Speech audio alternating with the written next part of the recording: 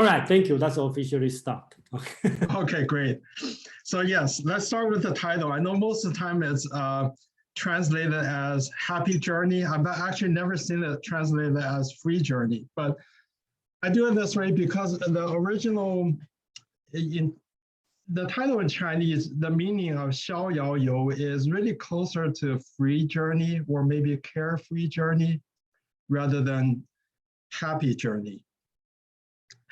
And so today I'm gonna carry our discussion in a few different stages. I'd like to give a historical background. I thought that would be useful this spring so far with Jason as our tour guide, so to speak. We've been taking a journey through the forest of philosophers in the golden age of Chinese philosophy. So I thought it would be perhaps helpful to provide a more bird's eye view of the historical landscape of those several centuries where a lot of great philosophers emerged. And then we're gonna zoom into Zhuangzi, both the person and the book, and talk a little bit about those things and Zhuangzi's writing style. And then we're gonna together read the entire chapter together, and then we're gonna have an open discussion. What kinds of thoughts are evoked by these chapters? So let's get started. So first, the historical background. So Zhuangzi lived amidst a very well-known era of Chinese history called the 100 Schools of Thought period. It is also known as the Golden Age of Chinese philosophy. And this is in the 6th to 3rd century BC in China, where many schools of thought emerged and flourished during this period, and hence the name, 100 schools. Historically, this is in the Eastern Zhou dynasty, which can be subdivided into two historical periods, the Spring and Autumn period and the Warring States period. So the Spring and Autumn period extends from 771 BC down to the 5th century BC. Some people go with, there's 3 different dates that people go by, 471, there's something in between, and 403. Personally, I prefer 403 BC as the cutting line, just because that's what I'm more used to. And the Warring States period goes from there down to 221 BC when the state of Qin, the first emperor of China, united China into the Qin dynasty. So at the beginning of this period, so around 771 BC, the central state of the Zhou dynasty king was still fairly powerful. And China comprised more than 100 fiefs that served the king and were supposed to work together to collectively ensure the security of China and also protect the central state of Zhou and the king. And each state was the size of only about a small states, only really about a town size. And the largest states, even the larger states, will be the size of about a county and maybe a couple of counties. And you see in this map, every one of these characters, smaller characters, is actually a state. So you really see most states were very small. And then there are some larger states here and there. So as we go into the early Zhou dynasty, Eastern Zhou dynasty in the Spring and Autumn period, it's really a period of great transformations. So what was going on? One was decentralization. The power of the central Zhou state and king gradually devolved. And as this waning of central power was taking place, at the same time, there was the emergence of the larger fiefs. Because of this lack of central power, fiefs started to attack and conquer one another, leading to fewer bigger states, especially in the periphery. As you see in this map, these states in the periphery became relatively very big, with the central states in the central plain closer to the Zhou king remaining relatively smaller. And you see also from 100 plus states, we're down to a much smaller number of states, maybe around 20 or so. And as warfare and existential power of states and kings, rulers was mounting, this actually drove upward mobility. Rulers needed to find talents, started to prefer talent over birthright for people to administer their states and strengthen their states and military. And there was also a lot of interstate mobility. People who had the means traveled across China very frequently. As we see, one great example is the life of Confucius. He traveled to many different states trying to profess his ideologies. And there was, at the same time, a high standard of living. There's a lot of evidence that life expectancy was high. There was strong adherence to rights and etiquette, which kept society stable and harmonious in spite of the warfares. And there was widespread material wealth. And there was a lot of great advancements in math, engineering, and science. I won't go into, there's too much to talk about. And so I put down a couple of Wikipedia references for those of you who are interested in finding out more. But these are Wikipedia pages, mainly on the mathematical accomplishments at the time, including the application and knowledge of Pythagorean theorem roughly 600 years before the West, and also great advancements in the solving of simultaneous algebraic equations involving several variables. And this was also the period, the emergence of foundational figures in Chinese philosophy.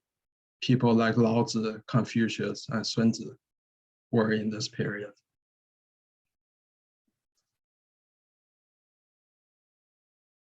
So going into the next period, the warring states, basically take all the transformations that were happening in the previous spring and autumn period and intensify it.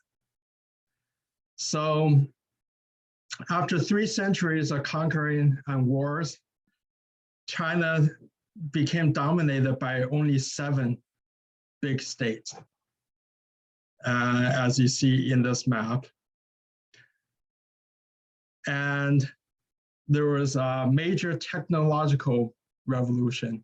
China transitioned from the Bronze Age into the Iron Age, about 1,000 years before the West.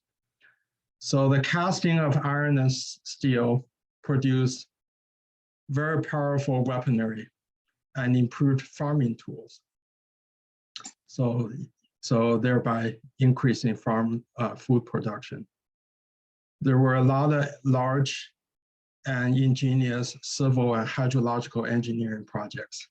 So including a very famous one that you can still go and visit today near Chengdu in Sichuan province, called the Dujiangye, the Dujiang dike irrigation system. It's actually an adaptive, really ingenious design of a self-adaptive river flow and irrigation control system.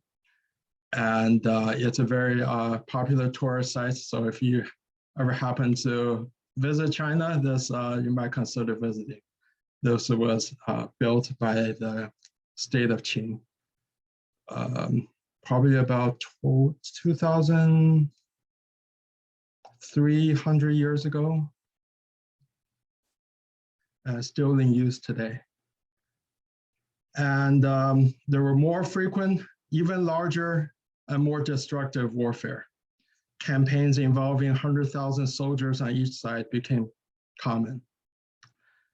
And as this increased pressure, it also drove more intensified upward and interstate mobilities. The feudalistic system was breaking down more and more, with commoners acquiring very powerful political positions of governance. And also intensified commerce, merchants, which was traditionally considered the lowest of the four social classes, which in order from high to low were scholars, and then peasants, and then artisans, and then merchants.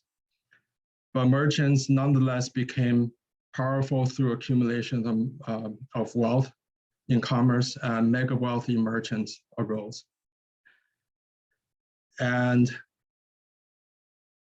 eventually, by implementing a legalist system, the state of Qing eventually conquered all the other states and ended this period and created the Qing Empire. And one thing to point out as a kind of a general knowledge about Chinese history and strategy is, you look at the state of Qing, the map. I'm gonna go, remember what this shape looks like. And I'm gonna go back one slide. And this is Qing a couple of hundred years ago. So Qing expanded into the Sichuan Basin. So these two basins, you see this Wei River Valley here, which in Chinese is traditionally called Guanzhong, which literally means in the middle of passes, mountain passes. And the Sichuan Basin are very well-known strategic areas in Chinese history for two reasons. One is that each one is surrounded by formidable mountains, so they're easy to defend. Number two is that each region is a very fertile region, capable of producing enough food to support a large population and a substantially sized army. So historically in China, it's been almost kind of a tried and true repeated history that if you control one of these two fertile valleys, you pair that with decent governance, you are able to be independent and defend yourself in the face of hostile enemies for decades. Now, if you control both valleys, you're probably in a good position to eventually take over all of China. So Qing, that's what Qing had accomplished. And imagine at this time, a couple hundred years ago, if Chu had the kind of vision to expand into the Sichuan Basin, because at that time, Chu was more powerful than Qing by a lot. If they had that foresight, Chinese history would have changed forever. So anyway, that's a little bit aside. So as we know by now, with all our reading, this Eastern Zhou period produced a lot of great philosophers. I won't go through this slide. Many of them we have read. Mozi, Manshi, Xunzi, Zhuangzi, Han Fei. The only one we hadn't read is Shangyang, which was kind of the father of legalists. And another notable thing is the Jixia Xuegong, the Jixia Academy in the Warring States period. It was one of the world's earliest state-sponsored institutions of higher learning, established by the king of Qi about 2,300 years ago. A lot of prominent scholars from many diverse schools of thought and states were attracted there, bestowed with government titles and residences and stipends. At the height of it, it had more than 1,000 scholars, including prominent people that we know of, Mencius, Xunzi. They regularly conducted debates, wrote books, and lectured. And Xunzi was especially prominent, serving as the chairperson at one time. And so this it's a reflection, actually, of the intellectual freedom and creativity at that time. So why was that period so unique in China with so many great philosophers? I can come up with a few reasons. One is an incentive that, as I mentioned before, this existential pressure of wars, driving rulers to take revolutionary measures in seeking talents in statecraft and strategy. And this provided opportunity, historical opportunity, breaking down the feudalistic system for commoners to go and sell and implement their ideas. There was also pressure. The tumultuousness of the period with so many wars motivated people to find answers, solutions, and meaning regarding life, society, governance, and the universe. But if you it also requires resource, because if everyone's life was just miserable and in poverty, you probably didn't have the luxury to sit around and think about life very much. So it's a dichotomy. It's a unique period where even though there was constant warfare, there was also at the same time a high standard of living and relative social order. Regulated society was strongly regulated by rights and etiquette. So this all afforded intellectual creativity. Probably when you think about world history, there's probably very few periods, right, where there was so much warfare, but then again, the masses in general lived well. And there was also heritage, the culmination of continuous cultural and civilizational development, even at that time, going back 7,000 years prior. So this is, I gave a talk on this last year, and just as an example, in this picture, I show carved cymbals and bone flutes. That's from the Jiahu culture, which existed around 7,000 BC. And so in closing on this section of historical background, I just want to mention a concept of intellectual lineage in the golden era of Chinese philosophy, as told by tradition. So now I don't want you to take this as some kind of proven fact. These lineages have been proposed by various ancient scholars, and they were mostly, a lot of it was speculative. But it's helpful, I think, both as general cultural understanding for us to be at least know of this scheme. And also there's so many of these philosophers and different schools. It is helpful for us to kind of organize in my minds what the major influences are. So at the very top is Laozi, which lived born around 571 BC. He was the oldest person. And then Confucius was his student. And of course, as we know, Confucius had many students, about 3,000 according to history. And a few of them were particularly prominent. And according to Xunzi, after Confucius, the students were divided into 8 different schools. And one of the schools was his student Zhuangzi. And Zhuangzi was taught Confucius's grandson, Zisi.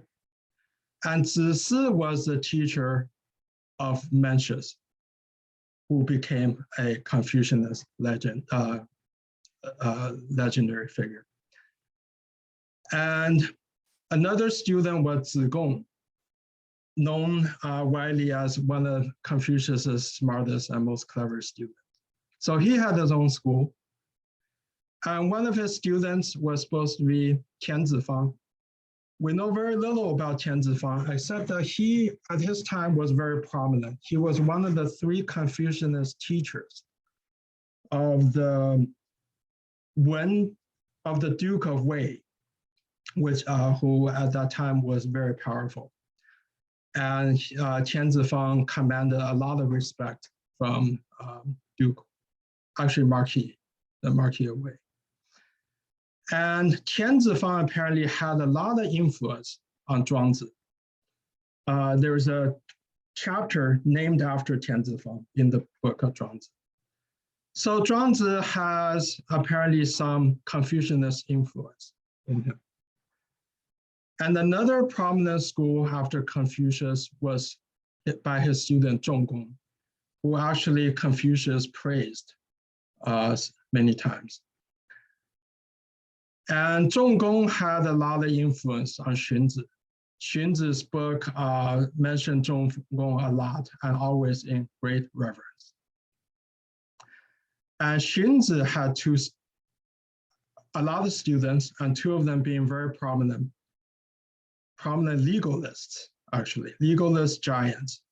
Li Si, who actually later became the prime minister of the first emperor and helped the state of Qin conquer all of China. And then Han Fei, which was really the grand finale, the last great philosopher of this golden age.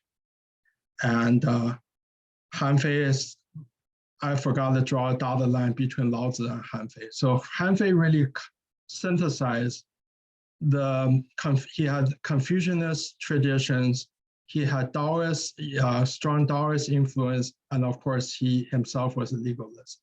So he really, as the last great philosophy of the period, he also synthesized a lot of the different schools into his thought. So as I was constructing, so this also illustrates that the 3 great schools of that time, Taoism, Confucianism, and legalists, were intertwined in their philosophical development. And I should mention that I left out another great school, which was the Moists. The Mozi was, as far as we know, we couldn't trace, he was really just his own thing. And I also find it interesting as I was constructing the diagram that in the middle were all these Confucianists. I think the Confucianists carried a great function during that time in the popularization of knowledge. They were really the purveyors of ancient knowledge. The Confucianists tended to accept a lot of students coming from the middle class, non-nobilities, and some nobilities. So they really served a great function of carrying on knowledge from generation to generation at that time.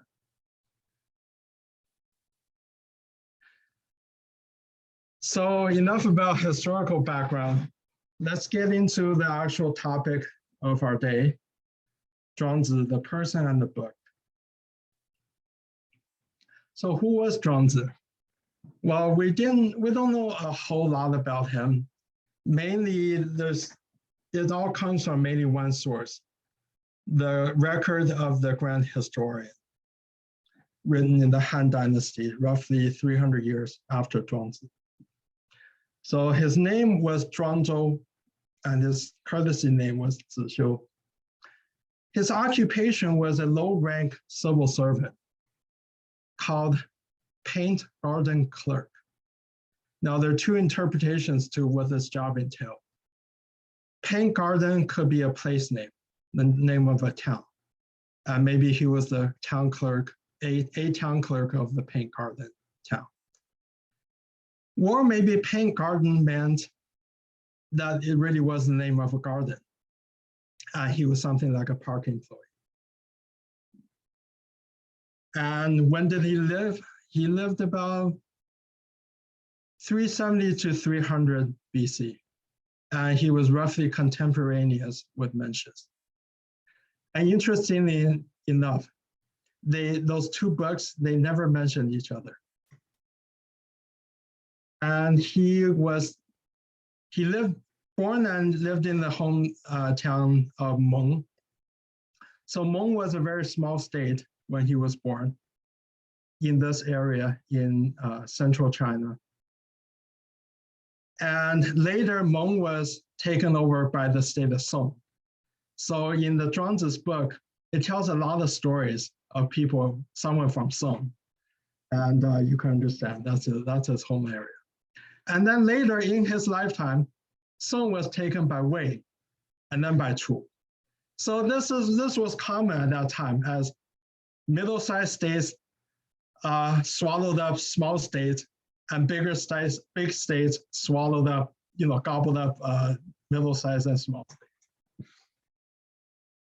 And we know him, the grand historian described him as a man of vast intellectual breadth, but ultimately rooted in Laozi's teaching.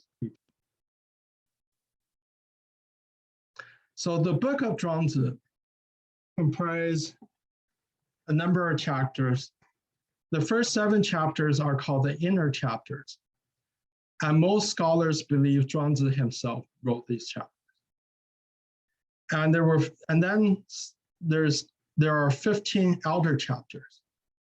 And most scholars believe Zhuangzi's students and other Taoists most likely wrote these chapters. And then there are 11 miscellaneous chapters by various authors, and some of them could be written by Zhuangzi himself.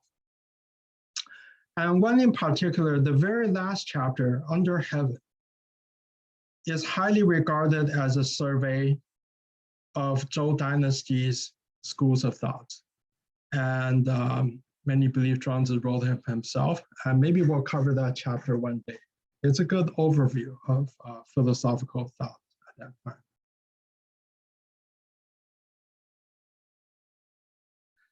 So I like Lin Yutang's introduction of Zhuangzi.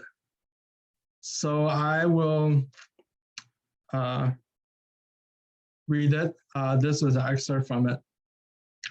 On the whole, Zhuangzi must be considered the greatest prose writer of the Zhou dynasty. His claim to his portion rests both upon the brilliance of his style and the depth of his thought. That explains the fact that although he was probably the greatest slanderer of Confucius, and with Mozi, the greatest antagonist of Confucian ideas, no Confucian scholar has not openly or secretly admired him. People who would not openly agree with his ideas would nevertheless read him as literature. Nor can it be said that a pure-blooded Chinese could ever quite disagree with Zhuangzi's idea. Taoism is not a school of thought in China. It is a deep, fundamental trait of Chinese thinking and of the Chinese attitude toward life and toward society. It has depth, while Confucianism has only a practical sense of proportions. It enriches Chinese poetry and imagination in an immeasurable manner, and it gives a philosophical sanction to whatever is in the idle, freedom-loving, poetic, vagabond Chinese soul. It provides the only safe, romantic release from the severe Confucian classic restraint, and humanizes the very humanists themselves. Therefore, when the Chinese succeeds, he is always a Confucianist, and when he fails, he is always a Taoist.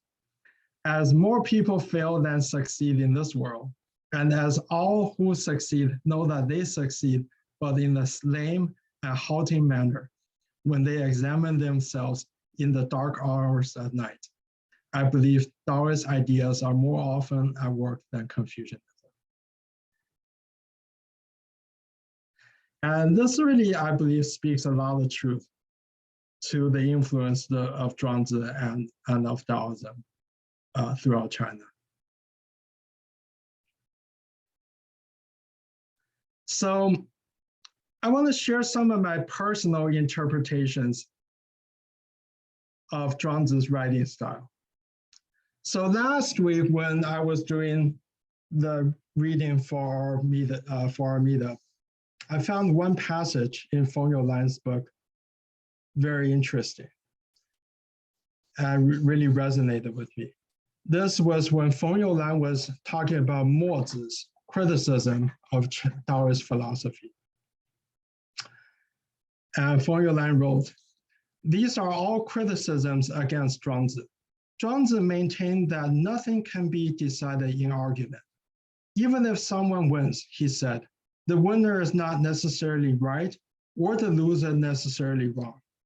But according to the later Taoists, Zhuangzi, by expressing this very doctrine, showed himself in disagreement with others and was himself arguing.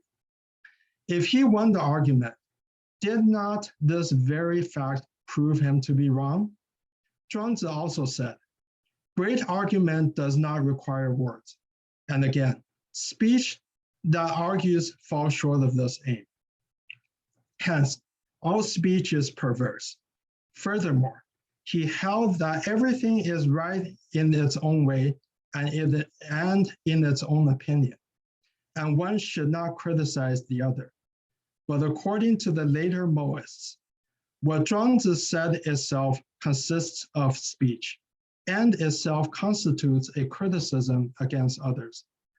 So if all speech is perverse, is not this saying of Zhuangzi also perverse? And if all criticism against others is to be condemned, then Zhuangzi's criticism should be condemned first of all. Zhuangzi also talked much about the importance of having no knowledge, but such discussion is itself a form of knowledge. When there is no knowledge, there can be no discussion. So my belief has long been that Zhuangzi is well aware of this paradox. As starting from Laozi down to Zhuangzi, Taoists maintain that the truth cannot be explained through speech or writing, but yet Laozi wrote a book and Zhuangzi wrote a book. But I think Zhuangzi, and this has to do with Zhuangzi's writing style, he found his own solution to this paradox. Zhuangzi's approach to avoid this paradox, in my opinion, is what I call a self-neutralizing style of writing. He tells stories instead of writing logical exposition. He uses a mixture of perhaps true, pretending to be true, and just completely fantastic, unbelievable stories to confuse the reader. Hopefully the reader will give up on discerning facts and free the mind to ponder and wonder. And many of his writing has this pattern of first illustrating the quote truth of one point of view, and then illustrating quote the truth of an opposite point of view, and then show that they're both wrong. So everything's neutralized at the end. So at the end, although he wrote a lot, he has written nothing, but hopefully the reader walks away with something of her own. So I really believe this is Zhuangzi's style and his kind of ingenious solution to this paradox. And even more so than that, he believed this was the purpose. it wasn't about interpreting his meaning, what he meant to say. The important thing when we read Zhuangzi is, what did we walk away with in our own minds? Whatever we interpret, I think each one of us will interpret the same story a different way. And there's no right one or wrong one. Whatever the one that you have is the right one for you. And this is a quote from one of the chapters of Zhuangzi itself. Fishing stakes are employed to catch fish, but when the fish are caught, the men forget the stakes. Snares are employed to catch rabbits, but when the rabbits are gone, men forget the snares. Words are employed to convey ideas, but when the ideas are captured, men forget the words. How could I find someone who forgets the words so I may converse with him? I think this is a beautiful quote. And another passage that's relevant is the first paragraph of the chapter, Metaphorical Language. And if you have time, you might want to take a look.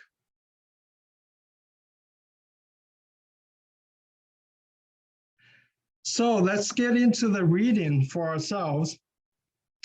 And by this point, my voice is probably going to start to crack. So can I have a volunteer to read what's on this page? This is the very beginning paragraph of the chapter. Oh, can I read? This is. Thank you. Yeah, okay. Because this is the most fantastic imagination written so many years ago, thousands of years ago. And I love this opening. So famous, very famous opening. In the Northern Ocean, there's a fish called a kun. I do not know how many thousand li in size.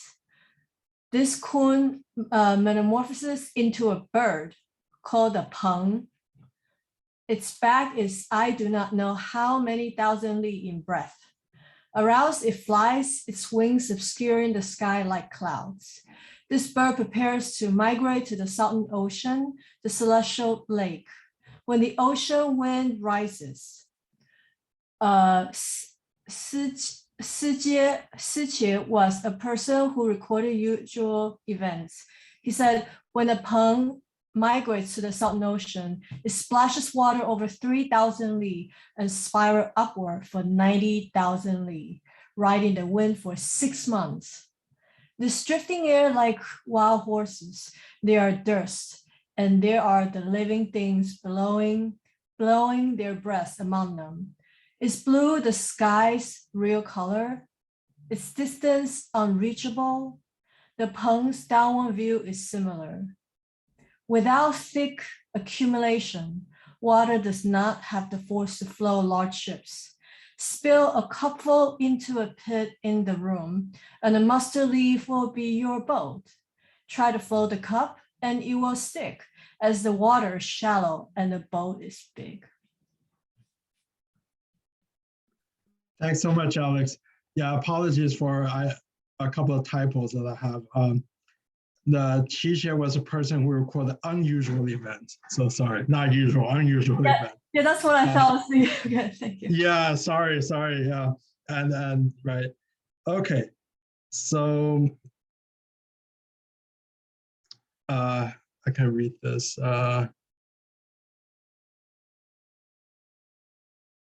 Sorry, you know, this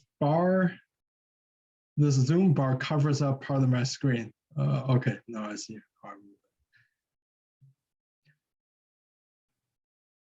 A cicada and a young dove. A cicada and a young dove laughed, saying, "Now, when I fly with all my might, it is as much as I can do to get from tree to tree, and sometimes I do not reach, but dash to the ground midway. What then can be the use of going up 90,000 li to start for the south? He who goes to the countryside, taking 3 meals with him, comes back with his stomach as full as when he started. But he who travels 1,000 li must take ground rice enough for an overnight stay. And he who travels 1,000 li must supply himself with provisions for 3 months. How would the two critters know? Small knowledge has not the compass of great knowledge any more than a short year has the length of a long year. How can we tell that this is so? The fungus plant of a morning knows not the alteration of day and night.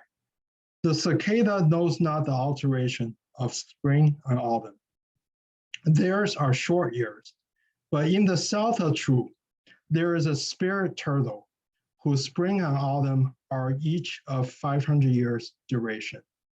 And in former days, there was a large tree which had a spring and autumn each of 8,000 years. Yet, Peng-tzu is known for reaching a great age. By the way, it's 800 years, according to legend, and is still an object of envy to all. Isn't that pitiful? It was on this very subject that Emperor Tang spoke to Ji as follows. At the north of Chongfa, there is a dark sea, the celestial lake. In it, there is a fish, several thousand li in breadth, and I do not know how many in length. It is called the kun. There is a bird called the peng, with a back like Mount Tai, and wings like clouds across the sky. It soars up upon a whirlwind to a height of 90,000 li, beyond the clouds, with only the clear sky on its back. And then it plans its flight towards the southern ocean. A lake sparrow laughed and said, "Where does that creature think it's going? I rise but a few yards in the air and settle down again after cruising among the reeds. This is ultimate flying. Now, wherever can this creature be going to?" Such, indeed, is the difference between small and large.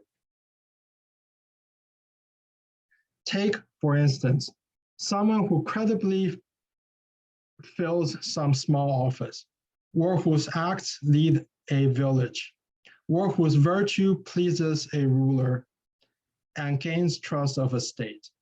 His opinion of himself will be much the same as that lake sparrow's. Master Rong of Song would laugh at such a one. If the whole world flattered him, he would not be affected thereby, nor if the whole world blamed him, would he be dissuaded from what he was doing. For Rong can distinguish between essence and superficialities, and understand what is true honor and shame. Such men are rare in their generation, but even he leaves something to be established. Now, Liezi could ride upon the wind, sailing happily in the cool breeze. He would go on for 15 days before his return. Among mortals who attain happiness, such a man is rare. Yet although Liezi could dispense with walking, he still depends upon something. As for one who is chartered upon the eternal justness of heaven and earth, and harnesses the transformations of 6 qi to journey the infinite, upon what, then, would such a one have need to depend? Thus it is said, the ultimate person is selfless, the divine person is achievementless, and the sage is nameless.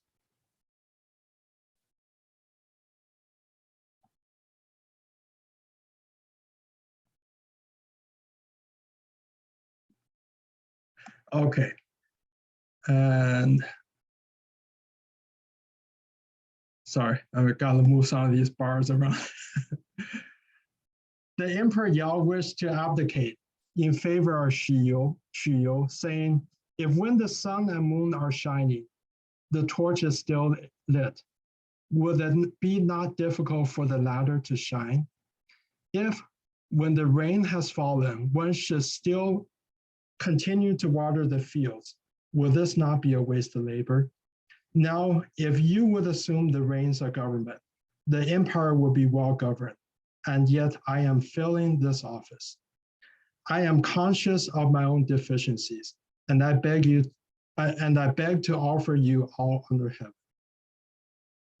Xiu replied, you are ruling under heaven, and under heaven is already well ruled, replied Xiu. Why should I take your place? Should I take this for the sake of a name? A name is but the guest of reality. And should I trouble myself to be a guest? The wren, building its nest in the mighty forest, occupies but a single branch. The beaver slakes its thirst from the river, but cannot exceed a bellyful. Go back and stop. I have no use for the empire. Even if the chef is unable to cook, the master of ceremony shouldn't step over the chopping block and replace the chef.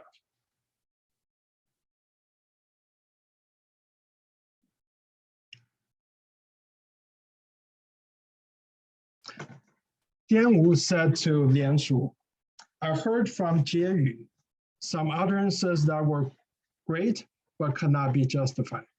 One stated there is no end of his tale. I was greatly startled at what he said. It seemed to be as boundless as the Milky Way. It was very improbable and far removed from human experience. What did he say? Asked Lianshu. He said, replied Jieyu. You replied Jianwu, sorry. Far away, on the mountain of Guye, there lived a goddess. Her flesh and skin were like ice and snow. Her manner was elegant and graceful, as that of a maiden. She did not eat any of the 5 grains, but inhaled wind and drank dew. She rode on clouds, drove flying dragons, and thus journeyed beyond the 4 seas. Her spirit is condensed, yet she could save crops from infestation and secure every year a plentiful harvest. I thought all these sayings were nonsense and refused to believe in them. By the way, the translations translate this paragraph, this story, as a man. But I've started reading Zhuangzi since I was a teenager. I never thought that it was referring to I always thought immediately that it was referring to a goddess. And to me, it was quite clear, it's saying, the skin complexions of a virgin and all this. So anyway, that's why I translated it this way. Yes, said Liansu. The blind have nothing to do with beauty, nor the deaf with music. There are not only physical blindness and deafness, there are also the intellectual. Of the latter, you yourself supply an illustration. That goddess, with those virtues, would embrace all things as one. In her regard, everything in the world is longing for peace. Why should there be some who address themselves laboriously to govern the empire? To that person, nothing can hurt. In the flood reaching the sky, she would not be drowned. In the drought, though meadows liquefied and mountains were scorched, she would not feel hot. Even her dust and siftings could still fashion and mold Yao and Shun. How should she will to occupy herself with things? A man of the Song state carries some ceremonial caps to the Yue state, but the men of Yue used to cut off their hair and tattoo their body, so that they had no use for such things. Yao ruled the people of the empire and maintained a perfect government within the 4 seas. He went to see the 4 sages in the distant mountain of Guye. On returning to his capital south of the Feng River, he silently forgot his empire. Huizi said to Zhuangzi, the Prince of Wei gave me a seed of a large-sized kind of gourd. I planted it, and it bore a fruit as big as 5 bushels measure. Now, had I used this for holding liquids, it would have been too heavy to lift. And had I cut it in half for ladles, the ladles would have been too flat for such purpose. Certainly it was a huge thing, but I had no use for it and so broke it up. It was rather you did not know how to use large things, said Zhuangzi. There was a man of Song who had a recipe for a salve for chapped hands.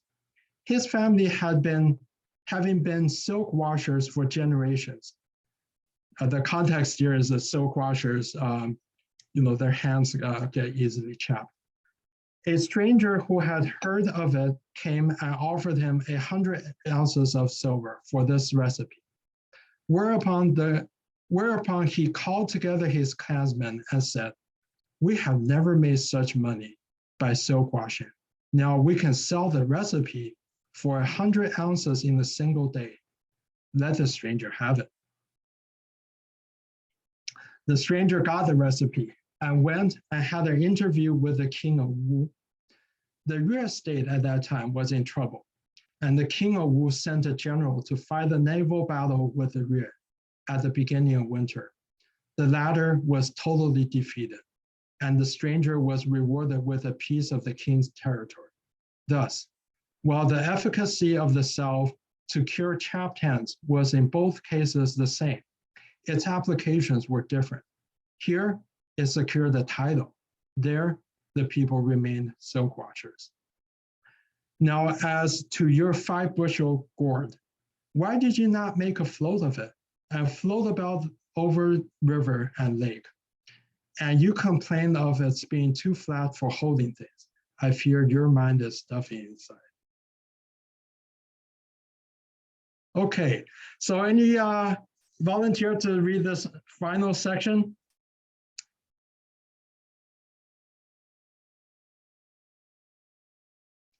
I will volunteer again. Oh, okay, great, thank you. Okay, this is also one of the most famous story of Zhuangzi, chapter 1. Huizi said to Zhuangzi, "I have a large tree called Elanthus. Its trunk is so irregular and knotty that it cannot be measured out for planks, while its branches are so twisted that they cannot be cut into discs or squares. It stands by the roadside, but no carpenter will look at it. Your words are like that tree, big and useless, of no concern to the world. Have you never seen a wild cat or weasel?" rejoined Zhuangzi, crouching down in wait for its prey, right and left and high and low. It springs about until it gets caught in a trap or dies in a snare. On the other hand, there is this yak with its great huge body. It is big enough in all conscience, but it cannot catch mice. Now, if you have a big tree and are at a loss what to do with it, why not plant it in the village of nowhere, in a great outdoor, where you might loiter idly by its side and lie down in blissful repose beneath its shade. There it would be safe from the axe and from all other injury.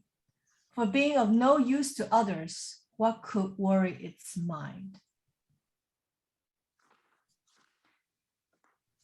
Great, thank you so much. So there, we have read the entire chapter. So just want to share in closing some of my own thoughts that's inspired by reading this chapter.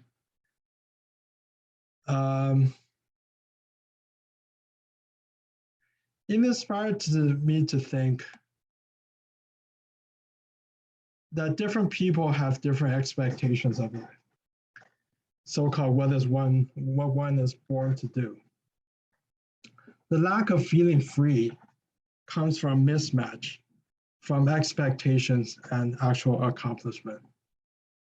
The sparrow feels free and joyful flying among the bushes, and would feel tortured flying across the ocean, whereas the peng would feel trapped flying among the bushes and free when migrating to the Southern Ocean. So freedom means different things to different people. For us regular people, happiness and freedom involves harmonizing life's expectations with accomplishments and recognizing that there's always something bigger. So small is not small and big is not big. Important thing is to be happy with what or who you are. But Zhuangzi's more fantastic stories, I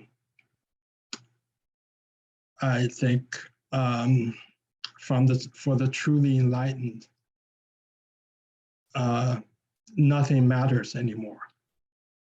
And another thing I got out of these stories is that don't get too stuck on accomplishments and usefulness to society. Everything can be useful, and it just depends on whether people have an open mind to see the use. And another thing is, I find it interesting that the opening chapter of Zhuangzi talks about happiness in life. And the opening passage of the Analects of Confucius also opens with happiness. There it says, learning and constantly practicing, isn't that joyful? Having a friend come from afar, isn't that happiness? Not getting upset when others don't understand you, isn't that a virtuous person? So there, I kind of see the difference between Confucianism and Taoism. This, in the Analects, is very practical. It's about small things in life that you do always, day to day. It points to practical everyday elements of happiness. Learning and application of learning, diverse friendship, and self-assuredness. Whereas Taoism often emphasizes perspectives, Confucianism often focuses on practice. So anyway, those are just some thoughts to share. And this is all I have to say today. And let's have a free, open discussion. Thank you very much.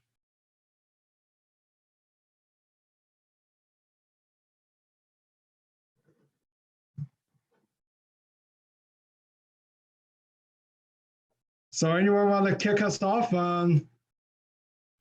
Just any thoughts that you have reading through these passages? I'm sure as you read through it, there's some things that came to your mind. Jason. Yeah, you talk about your thought about freedom.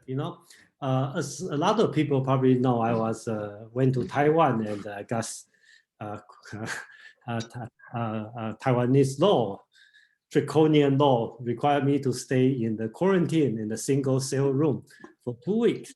So definitely I lost my freedom for 2 weeks. But surprisingly, to some of my elders, consider that's freedom. When I log on in this room, he said, oh, you've been free for 2 weeks. So it's a strange idea. So I start to realize, okay, to them, they are more like a neo-Confucian. So they consider the social network is kind of constrain your life. So you deal with business, people, relative, neighbor, that's loss of freedom, okay? You have behaved based on the social norm. When you lock up in a single room, you are free, right? You don't have to dress up. You can wear underpants, walking around, do whatever you want to do. So that's a freedom. So I think that's a very different my thought, right? So I think I lost freedom, but to them, I've been free for 2 weeks. So I think that reflects to what my recent experience. Yeah, you travel across the ocean like the big bird, and then you went into a cage like a little home sparrow.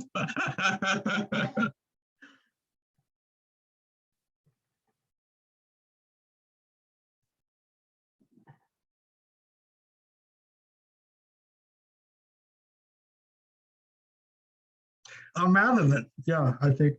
Sorry, I don't see the hands for some reason. So Madeline and then Lisa. Yes, thank you, Pin. That was just fantastic.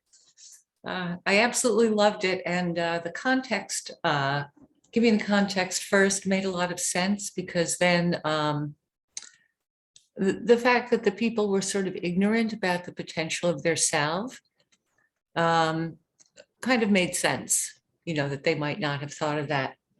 I was particularly taken by the blue sky and the perspective of the blue sky from the big bird. I thought that was so interesting and profound.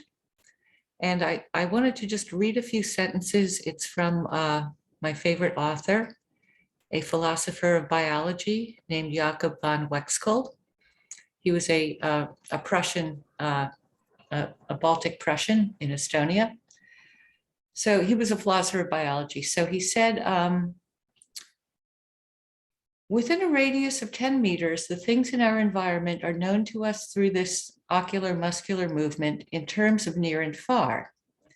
Outside this radius, there is originally only an enlargement or shrinking of objects. Then he goes on to talk about a small boy who was walking by a church with his mother and noticed some workers in the gallery. And he asked his mother if she might take a couple of the little dolls down for him. The church and the workers were already located in his farthest plane and were therefore not far away, only small. He therefore had every reason to assume that his mother, with her long arms, could bring the dolls down from the gallery. And then he talks about the limitations of each species, each type of organism. Whether the farthest plane closes off visual space in this or in some other way, this plane is always present. So that would be the question about whether the blue of the sky in the thing by Chuang-tzu. We must therefore imagine all the animals that animate nature around us, be they beetles, butterflies, gnats, or dragonflies who populate a meadow, as having a soap bubble around them, closed on all sides, which closes off their visual space, and in which everything visible for the subject is also enclosed.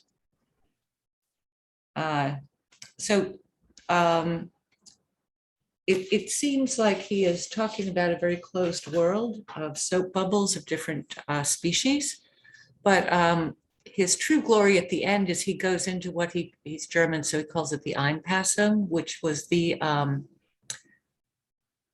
consciousness that is made up of all the different soap bubble spheres and also surpasses all of them.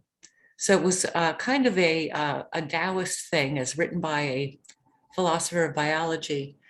And I thought that the question, so it was remarkable to me that both of these two things brought up the example of the blue sky and the farthest plane, and that in the Chuang-tzu story, the great bird is soaring above the sky. But there seemed to be several different versions when I read the different translations. In some, he was over the sky. I think in one, he was under the sky. But either way, it was a real question of what's his perspective on what is the blue? How far away is it? When is he looking down? So as Clara, it was really incredible, that passage. I just thought was so mind-blowing. Yeah, thank you so much for sharing that. Yeah, I myself, even the first time I read this chapter, yeah, the thing about the blue really, I didn't know why. It just really caught my fascination, and also just the description of the bird, the great bird going beyond the clouds, and there's only nothing but the sky on its back. I don't know, it's just, it's very poetic. And I think next is Lisa, and then Karen, and then Alex. I didn't have my hand raised. Oh, you didn't? Okay. No, sorry. Oh, okay. I thought I did. Okay, and so it's Karen and then Alex. Yeah, I love this reading, but I did find it, but I guess you said it inspires thought, right? And that maybe that's the goal. So it was interesting to try and puzzle through what the messages were. And I think you did a great job. Can you speak a little bit about why you think there's a kind of repetition of the story right at the beginning with the bird, where you have, because it seems to me there's a tension in the reading between the message that everything sort of has its place. And so for a sparrow, a short flight is a big journey. And for a big bird, going to the South Sea is a big journey. So we shouldn't maybe judge. But then there's also a sort of a correction of arrogance too, right? Where people are somehow, thinking that they're a big stuff, but they're not, right? They're small stuff, right? So, but if for you it's a big journey, and you think you're big stuff, and you're in a village where ruling the village is big stuff for you, big stuff, so it seems like the corrective is in tension with the the relativism, right? Like, so that corrective message of you think you're living a long time, kind of, but then also to say but a long life could be lived in a day. Like, so it seemed a little bit of a tension between those two movements. And so I was trying to sort of sort out, and maybe there's a little bit of both and it's left to the reader, but do you have any ideas why there's the story of the bird and its travel repeated twice so quickly? Is one about knowledge and the other about your place in the world? Or do you know what I'm talking about? It's about Zhuangzi constantly trying to confuse the reader. So okay. Chuang-tzu knows that it's a fantastic story about this big bird flying to the South Pole and the little bird and this. And Chuang-tzu is basically saying, I know you don't believe me the first time we read this story. Let me cite another source to make it really sound kind of almost believable. But I know you still won't really believe me, but now, it's Chuang-tzu's writing is not like that. It's like, well, I know this totally BS, but then he's kind of trying to convince me, almost got me, but he didn't go all the way either. And it's also, in the beginning, some passages, you almost feel like he's being judgmental, like, oh, this person is such a small person, and there's a person that's great. And then the next paragraph, it tells you that none of this is great. And then the next story is some fantastic goddess that doesn't get burned by fire. It's basically this. That's why I say Zhuangzi is and even somewhere in one of the chapters in Zhuangzi said, basically, I speak all day, but I speak nothing. It's constantly, he doesn't want you to be sure of anything. Okay. Yeah, because it was interesting. Like the first time it's a big bird compared to a dove and a cicada, and then it's a big bird and then a sparrow. And I was like, and there's so many birds. Like, we're running through this again. Yeah. And then there's the wren who rests, builds the nest. And there's just a lot of birds in this. Yeah. With the wren, we're supposed to think he's, that's a big accomplishment. All he needs is the branch, so he's good, and he's just flying just a short journey. That's good. But the dove and the cicada and the sparrow are mocking, or they don't understand their place or something. Yeah, it's fascinating. Alex and then Jason. I have a pretty because I read I saw a lecture on YouTube about this chapter, and the first paragraph about the fish and the bird, it's really a fantastic scientific kind of a science fiction story, that it's using the fish and the bird to kind of explain the idea of that, there are many different types of animals that, in history, 2,000, 3,000 years ago, that we've probably never seen before. And and a lot of them are very large animals. And the thing is, when Zhuangzi is writing this, I don't think he's specifically, the point of this is that, when a fish wants to change to a bird, you know, that desire to fly, you know, it's almost talking about human beings, our desire to fly, from walking to flying. So it is really about a kind of a evolution from fish, you know, walking on four hands and feet, and then walk up, and then we now as a human being, you know, walk on our legs, and so this paragraph is really about that profoundness of the fish wants to be a bird. And then how, and especially it also explains in a scientific point of view, how did a bird, such a huge bird, fly? So if you read into this, just the first paragraph explains so much. First, the fish was able to evolve into a bird, even though it's so, and how did the bird fly? It flies by using aerodynamics and the air. So back then when Zhuangzi was reading this first paragraph, he already knows what is the engineers and methods of how to fly.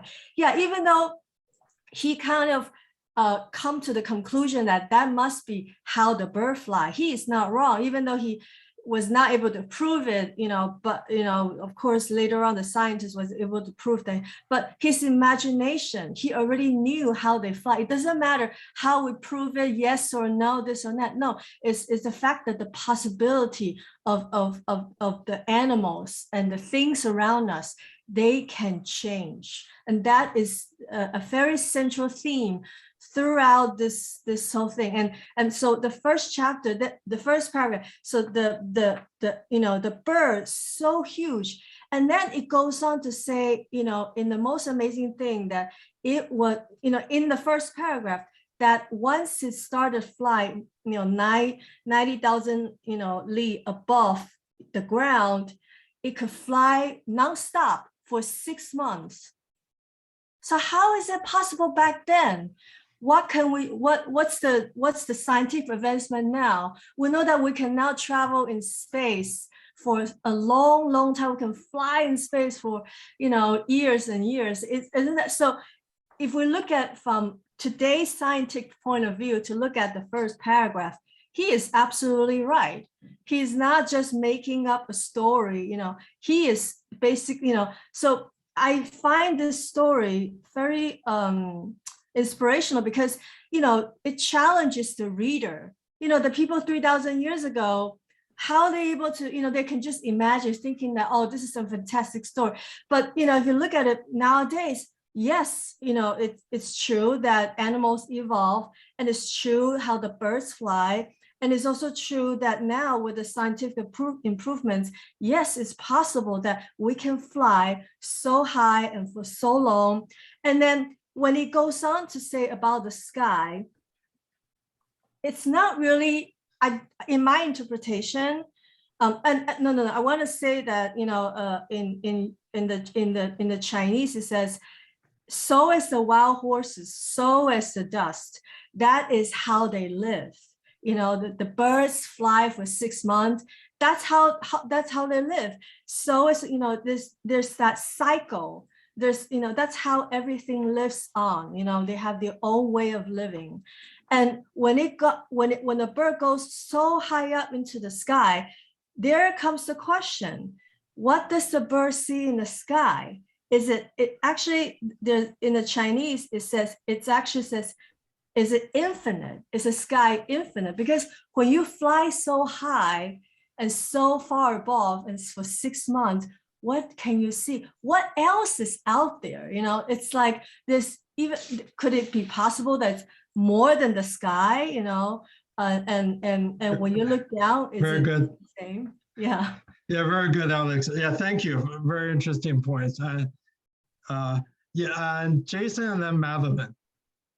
Yeah, let me, I read it in a little bit different way. Okay, so I will admire Zhuangzi as a breaker, as a very good speak about total. Okay, you look at his skills. At the beginning, he didn't say. He talked about the in the north bound they have the fish and they have the birds. Okay, he didn't tell you. Well, he just said that's have the story. Okay, he just said it. Then just like Karen said, he repeat, but not 2 times, 3 times. Remember, he talked about 骑鞋. I think there's a different translation in Feng Youlan and Pin's translation called the person guy named 骑鞋. But I think that's a book. He said that the 骑鞋者. Okay, so that's a book. He said, okay, if you don't listen to me, there's a book called 骑鞋. That's all recorded. Okay, blah, blah, blah, blah. According to this book, of course, there's no such a book. Okay, at least historical, we don't find this book. But he said there's a book called 骑鞋. They talk about all strange things. Okay, they talk about the birds. Blah blah blah blah blah. Later on, he talked about He talked about the Tang. Tang is an ancient sage. Okay, so it's ancient, so he never lied. Whatever record about Tang, that's the truth.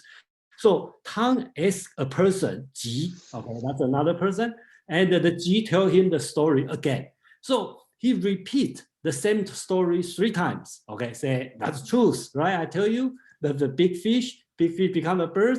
According to the book called 骑鞋, they say this. Then according to the historical Tang, the sage king, okay, and they ask one of his ministers, also tell him this story. So that's true, okay. Then he go on. So he finished this whole tale. Then he come to the historical account. He talk about Yao and Xu Yu, right? Yao is also an ancient sage. At that time, they don't give the throne to his son. He give to the able person. So he considers Xu Yu is the best, the best person. So he give the word, the position, okay, emperor position to Xu Yu, and Xu Yu rejected. Then come with the story. Then you go to another story about Liezi, talk about spirit. So if you look at the logic here, he talk about the total story, the strange story, then talk about ancient sage king, then talk about the spirit, the Liezi, like a virgin, they go and bring you to all over the place.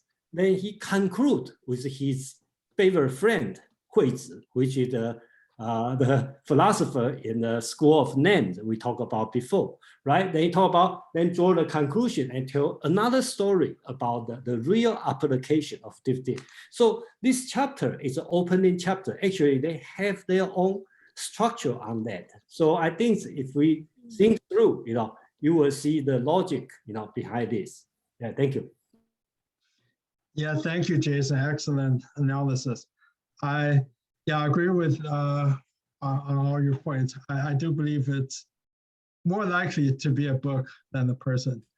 And also, I'm glad you also see that. I do, you read a lot of these scholarly essays on Zhuangzi, they all say, oh, the chapters are random collections of stories have no logical connection. I totally disagree. You just have to think hard enough, and there is logic to it. Oh yeah, thank you very much. Madeline?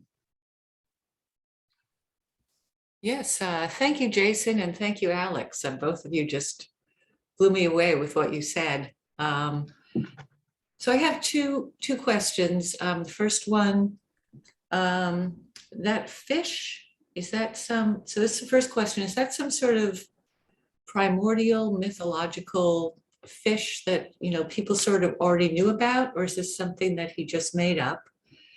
And the second one pertains to the use of the first person, because he starts right off introducing an element of uncertainty, as if he'd been a witness to the thing, and says, wow, it was really big. It was like, oh, I don't know, this many li big.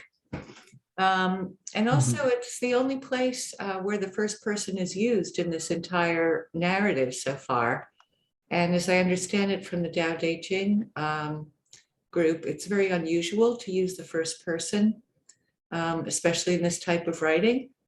So it seems as if he's in one sense, he's establishing himself as sort of like the old grandpa telling a story about something he once saw Oh, and kind of authenticating it with the uncertainty. well, before you go further, let me answer your questions because you might change your answer. So the first one, excellent observation. He made it up, and it's tongue in cheek because kun actually means a very small fish or fish eggs. So he used the noun that's for something really small, and he tells you this is the story of this giant fish that he made up, and it's named that. And it's kind of like describing to you some giant, and the giant's name is midget or something like that. And the other part is in the Chinese text, there's no pronoun. It actually says, don't know how many thousands of these without any pronouns. So as you translate the English, you're forced to be grammatically correct and put some kind of a pronoun in there. So that's the part of the difficulty of translation. So you're excellent in picking out those things without knowing the Chinese. Yeah, let me answer Madeline's question, okay, in a different way, okay. So that's great. Tim talk about the kun, actually a small fish egg. Yeah, that's kind of called a giant midget, something like this. But the peng, I think that's probably has some historical mythology on that. So peng is the thing people believe in the bird, okay, and kun actually is a Zhuangzi makeup. About the first person, that's an interesting question because they do not have the first person on that. So even this chapter is written by Zhuangzi. At the very end, the text said Huizi talked to Zhuangzi. He called himself Zhuangzi. Okay, so as a third person. So now back to a little bit. If you're familiar with the Chinese novel, you will see a very big difference between Chinese novel and Western novel. Western novel, usually you have I, some speaker, some describer, some depictor, okay? At least if you are written like Sherlock Holmes, right? It's right, it's also right on the first person. Some are not right in the first person, but the writer also have a limited knowledge. But in Chinese novel, the writer, so-called I, which is not invisible, has unlimited knowledge, okay? Based on for example, use my favorite novel, the Red Chamber Dream. You just like take a bird's eye view on everything, everybody move around, who thought what. Not only this, who think what, you also know. And you go into the person's dream, okay? When the young boy has a dream, has a sexual integration with someone, he saw the dream, okay? So not through the description, he saw the dream. The writer saw the dream. So that's the very fundamental difference in the Chinese writing and the Western writing. So that's I like to point out,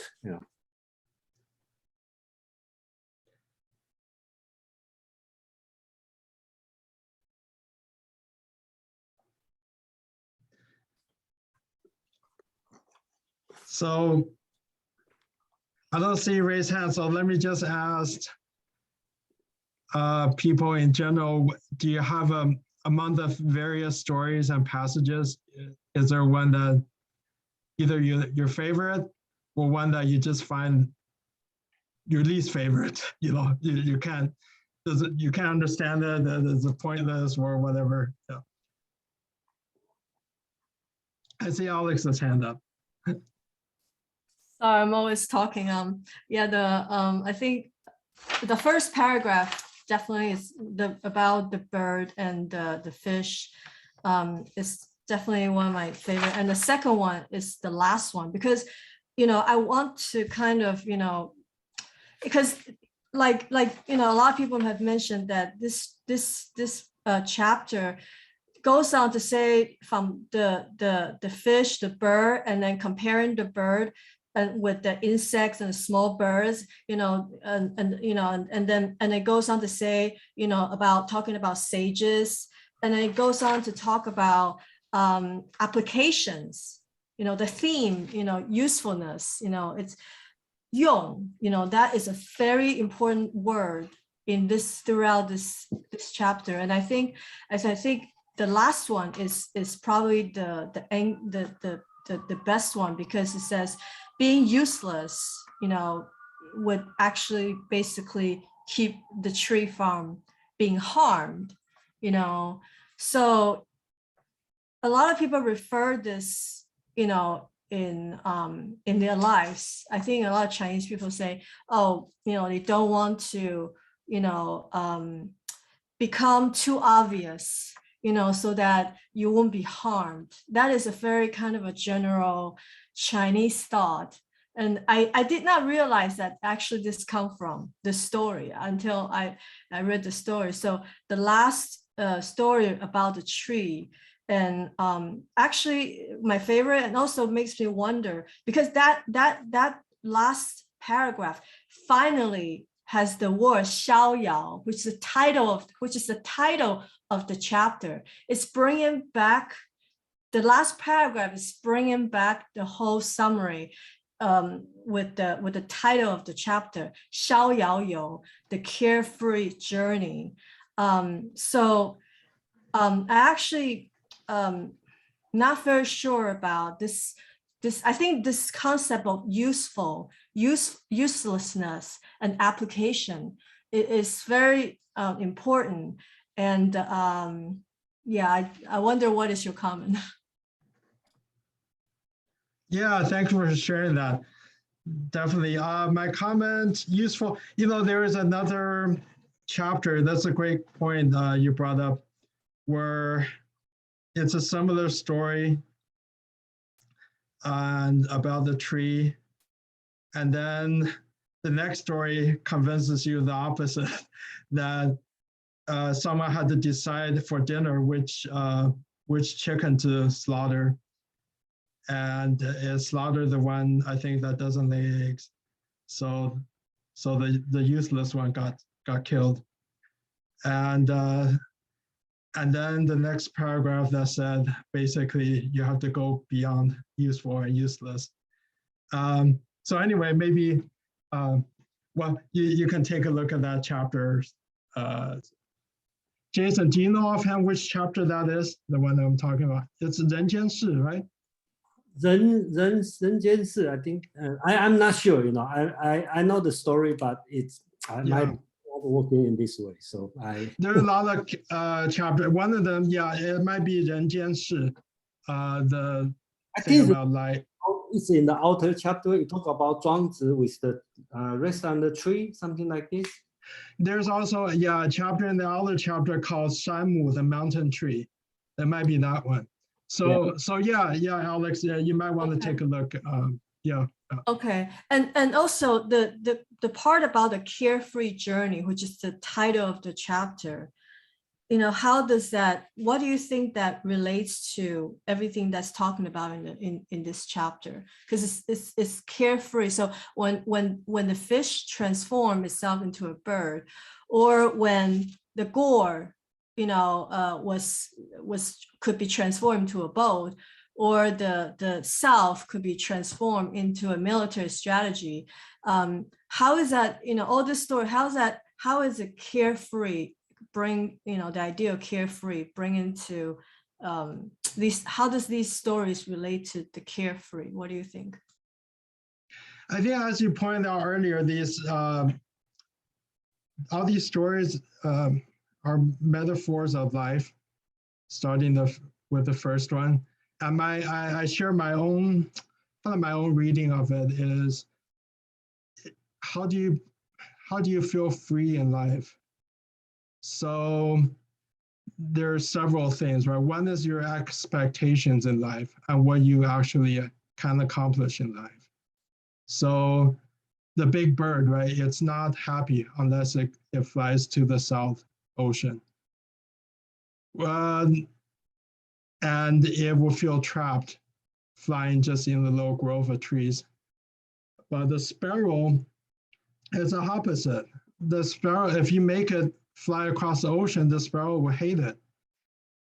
And and the sparrow is very happy, just flying from the top of the tree to the ground, and that's all it needs. So people are sometimes have the innate ambition to do different things, and like part of life is matching those two. You either, people work very hard to meet their expectations, and sometimes that's really hard. And sometimes maybe it's a better approach to adjust your expectations. So, but that's for common people like us, most of us. But Zhuangzi also illustrates some of these more fantastic stories that there are people, maybe rare, but manage to go above all these. And then it also makes some illustrations of, we also have to open our minds. What we think, if you say, oh, I only live once, I need to achieve great things. But what's great? Is that running a government in the town? Well, to someone else's eyes, that's small. So big or small is all relative, and so on and so forth. I won't repeat Do you think that's actually a kind of a comment or attack on Confucianist ideas about achieving greatness in the society and being useful? That's what, and that if you're carefree, you can actually live a fuller life. Well, yeah, you can see it that way, but I would say Zhuangzi might say, well, I'm above all that. I'm not criticizing anyone. I don't care about anyone. So it's kind of like the goddess, right? In these all these stories, the goddess was the greatest one. Well, the goddess didn't care about anything. Right. Okay. Mm-hmm. Karen. I had a question. I think you've touched upon this of another tension that I saw in the text, and that was between the moral of the story where the silk washers, was it silk washers or missed an opportunity to make a lot of money, right? And so we're supposed to look at them and say, look, they didn't see the usefulness of something, and they didn't get as much as they could out of something, right? And so we're supposed to, I guess, admire the guy who ends up with a lot of money, right? But then there's another story where someone sort of offered the world, and they tell all these stories about, well, I only need enough water to fill my belly, like riches and fame. So it's, so I guess there seems to be a message here that, nothing is really useless, but there are some uses that aren't as worth what we think they are, I guess, like some goals that aren't really worth pursuing. But you could say, well, why doesn't he just rethink fame and wealth and say, well, you think fame and wealth isn't very useful, right? You think ruling the nation isn't very useful, but maybe you just need to rethink it, right? Because, so. I think your thought process is, in my opinion, exactly when Zhuangzi wrote these things, that's what he was hoping to induce, right? Because you think about, you look at the text itself, it's non-judgmental. The self is us saying, oh, well, victory is good. He didn't say that. Oh, I see. He just said the self worked the same way, but had two different outcomes. Now, is being the silk washer in the village worse than a conqueror using the self with the army, killing a bunch of people in the neighboring state and subjugating them? I think if you ask Zhuangzi, right, there's no good or bad. It's just different. Oh, okay. So there's not really any, maybe I'm just putting that in. There were just a few things like where and that might be translation, where I thought there was some judgment in the, like when he contrasts great and small knowledge, maybe that's just a contrast. There's not an implied that the knowledge of the bird is different from the knowledge of the dove and the cicada. And I think he constantly pokes us like that because he knows that humans have natural reactions where our mind fill in the blanks. Right. And, yeah. And then there was something else, like when he was talking about the person we thought was old, and it said something like "what rot" in the text or something like that. But maybe it's not that there's a judgment there. It's just that the whole process of figuring out who's older is. Let's see. Are you meaning the Right. comparison of the ages? Yeah, there was something where it sounded like there was some sort of judgment coming in, but maybe that's being kind of I'm projecting that in. I think it's in the second paragraph when it's talking about this really old person who is the oldest of everything. Yeah. There he was also trying to break down our preloaded mind, because at that time Peng-tzu was a very famous person, a legend. I don't know if Peng-tzu actually existed, because legend said he lived 800 years. I don't, Right. certainly don't accept that. But so he took this very well-known person to say, actually it's sad to admire this person, and this was a person that everybody admired. So he was. Oh, I see. Yeah, and also no, you have very good points, because what's the next chapter is called All Things Being Equal. So yeah. So yes. Yeah. Okay, I see Jason and Madeline. Yeah, you guys talk about Peng-tzu. It is a real person. It's in my family book as my. Oh, that's right. Sorry, Jason. Okay, you have find your ancestor. Yeah, because according to my so-called Zhu, okay, the first one start with Peng-tzu. Okay, so I'm sorry, I have to defend my ancestor. It's true. Yes. With modern medicine, you should aspire to live at least 1,000 years. I mean, yeah. That's why our family all swear to live long. Okay, so maybe you're already 1,000 years. I never asked you how old you are. According to my family book, if you don't believe, I can show you next time. Okay. I believe you. Okay, it's my answer. Okay, so that's true. Others may not be true, but this part must be true. Yes. Another thing we did talk. Okay, first I like to talk about Xiao Yao. These two words. I think that's nothing more famous than Xiao Yao. Okay, if you go through all the people speak Chinese, okay, with some basic education, they probably know the meaning of Xiao Yao Yu. Even they don't read Zhuangzi at all. Okay, but they all know Xiao Yao. And sometimes use the good words or bad words, right? Good words is carefree, free spirit, and Xiao Yao Fa Wai, you are outside the law.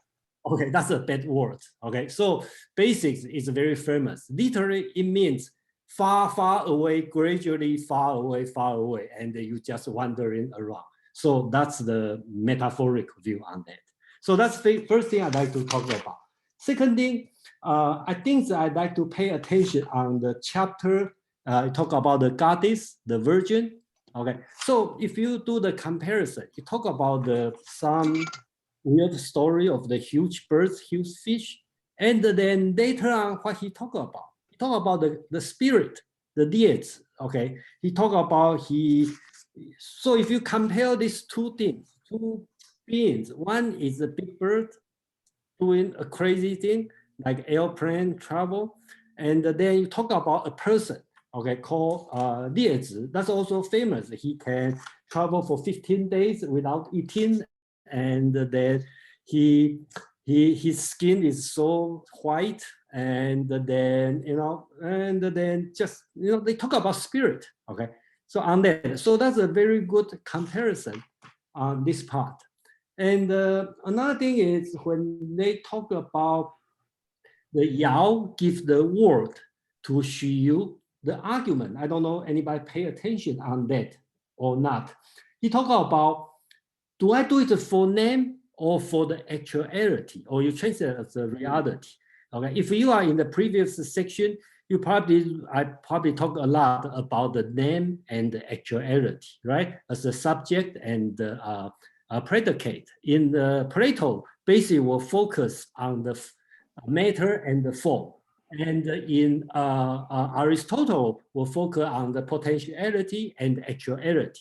In Chinese, during that time, they are more, the epistemology are more on the linguistic other than, the real, so they talk about actuality and the name. So the name is just labor to the actuality, what's real. So here he goes with his moral lesson. You should focus on the actual, what actually you get. You become the emperor. Think hard. If you want to become an emperor, become the head of the company. What you really get, more money, okay, do you need this money? So if you think hard, or you just want the name, okay, does it worth it? I think that's the lesson he tried to put on your mind. Yeah, thank you. Thank you, Jason. Madeline. Yeah, this is so rich. It's wonderful. So, what Jason was just saying about, I don't want the name or the title because that's just a guest. Kind of just dispenses with that whole thing in Western philosophy. In one anecdote, I was thinking about the giant gourd. Like, let's talk about the giant gourd. I like the giant gourd because, well, like with the bird and the fish story, and then the little birds and insects that go back and forth, the author is taking us, we're actually doing all those things in our minds because he's such a concrete writer. So we are actually making all those journeys. We're making the big journey through the sky. We're seeing it from that. Then we're seeing these little, short hop journeys and how important those are. So we're actually going on those journeys. And so with the gourd, it's also very, very, it's a very tactile image. And it seems to be about someone having maybe an opportunity or even like a spiritual revelation, like the Tao, that's too big for them, and they can't figure out what to do with it or how to use it in life. They can only apply their thinking the way it is. And so when he says, so there's that, which is what are we to do? Sort of the question of, what do we do with something that's kind of much bigger and better than we expected? Can we see it for itself? Or can we only see things the way we usually do? And then the other thing is the transportation. There's swimming, there's flying, there's floating along the river on the gourd. There is the pale mountain person who goes along with dragons. And then there's the man who rides the wind. And then there's the total adept who just goes along with the 6 forces of chi and nature and doesn't have to do anything at all.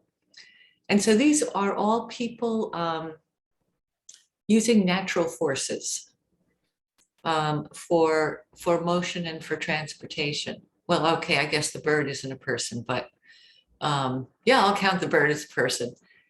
It's personified. Yeah. Yes.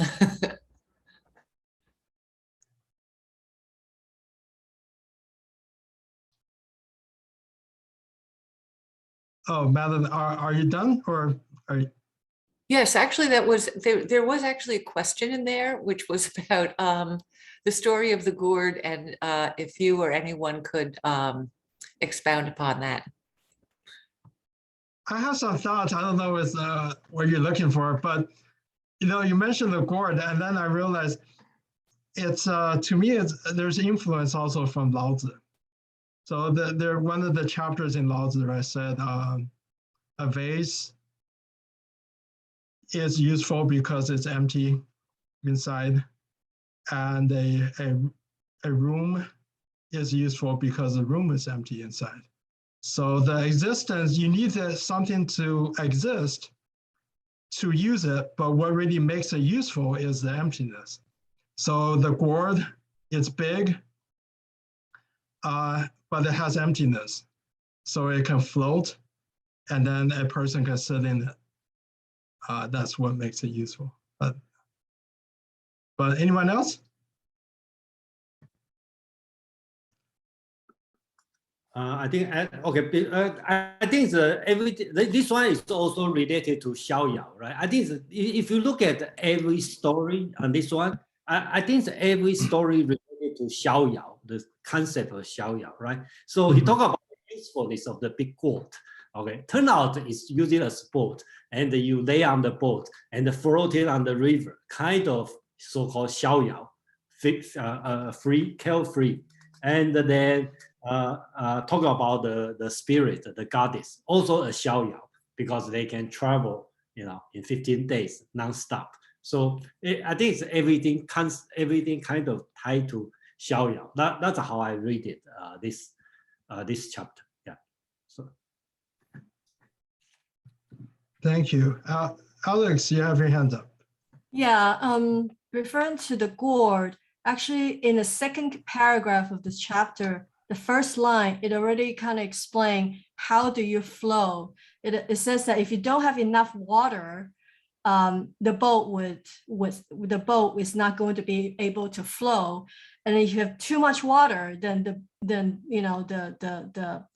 object, the boat, the cup might tip as well. So it's actually very scientific. The first paragraph talking about distance. Evolution. Second paragraph talking about time, small time, big time, it's all time. And then the third paragraph, it's about big and small. And I think it's also relative. So the first three paragraphs, I find it, very kind of almost physics-like. And I think, it explains Zhuangzi when, so he basically knows how to fly, how to, be able to flow a boat. And his questions about time, about space, about distance, about infinity is very relevant throughout the entire, chapter. And then it goes to, the goddess who is almost invincible, and is it achievable in today's science? Maybe it is.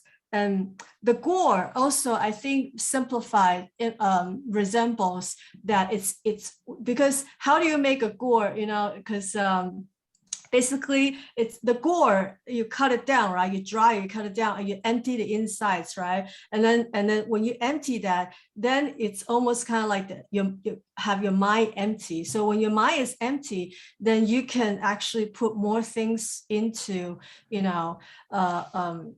more, you can actually be able to learn more. That's kind of how I see it. Thank you for sharing those insights. Great. Karen? Yeah, I love this story about the gourd, and also the end story about using the tree for shelter and shade. And it reminded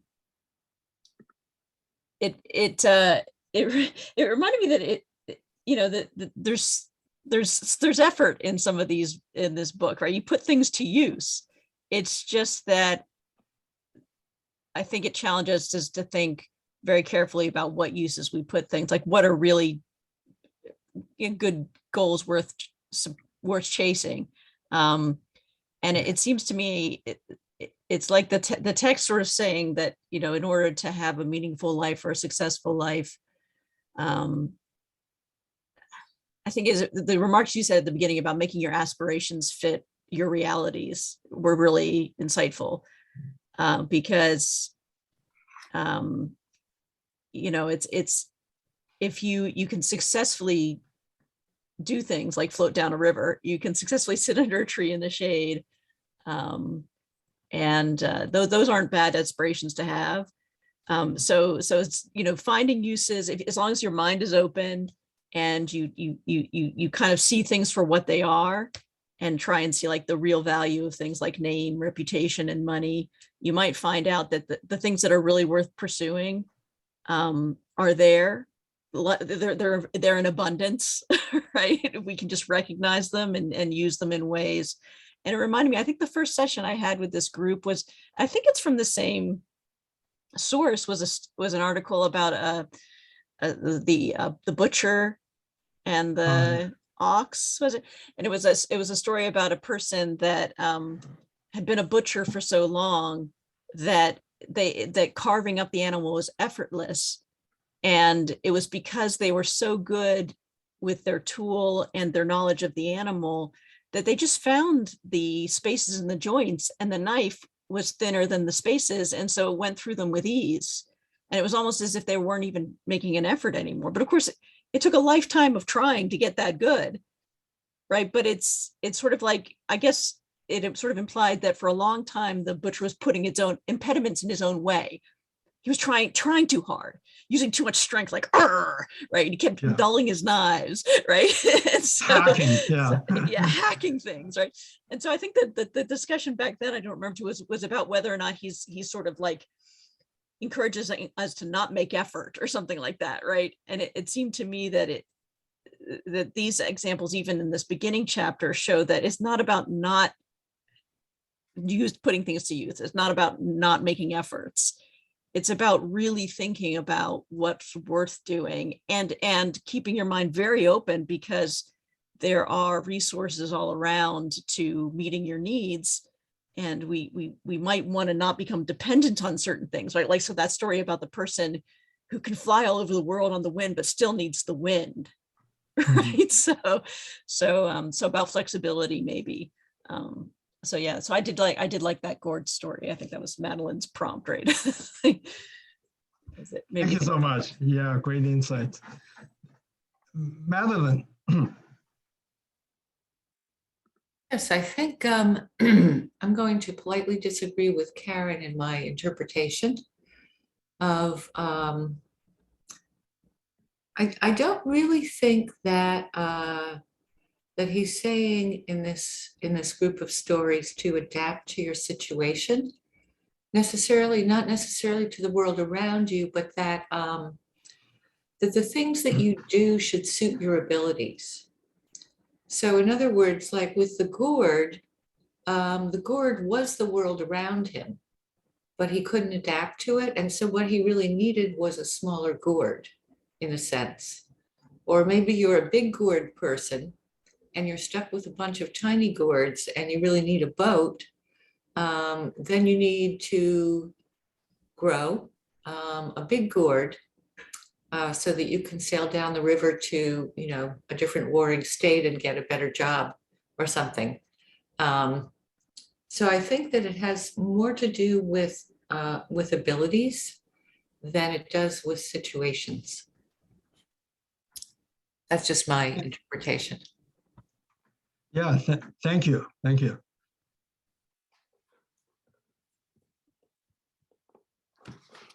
All right, we're 3 minutes from the hour.